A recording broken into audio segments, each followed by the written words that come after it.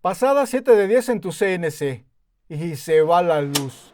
O peor aún, pasada 700 de 1000. Cuando regresa la energía, la máquina no sabe dónde se quedó y tú tampoco. Así que haces lo que hace todo mundo. Intentas retomarlo más o menos donde crees que iba. Un poco adelante para no repetir tantos cortes. Un poco atrás por si acaso. Y es ahí donde empiezan los problemas. Pierdes tiempo tanteando, provocas cortes fuera de lugar, produces marcas en la pieza o el peor caso, material desperdiciado. Mientras más grande es el trabajo y más detalles contenga, más caro se vuelve el error. Pero hay una forma de eliminar completamente ese tanteo y retomar tu trabajo en el CNC en menos de un minuto. Mira esto. Cuando regresa la energía, CNC Job Recovery te dice exactamente qué archivo estaba activo y la línea del código donde se interrumpió el trabajo. Con esa información, puedes retomar el mecanizado rápidamente y con total precisión. Sin repetir trayectorias, sin desperdicio, exactamente desde la línea interrumpida. Y esto no aplica solo a un tipo de máquina.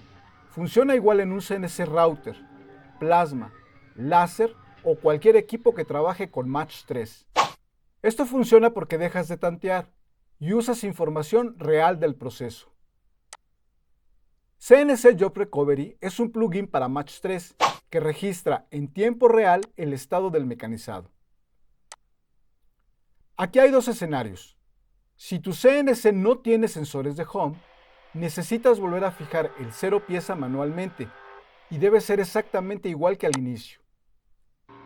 Si tu CNC sí tiene sensores de home, el proceso es mucho más confiable y rápido. Referencias la máquina con Ref All Home. Luego usas Go to 0 para regresar al 0 pieza.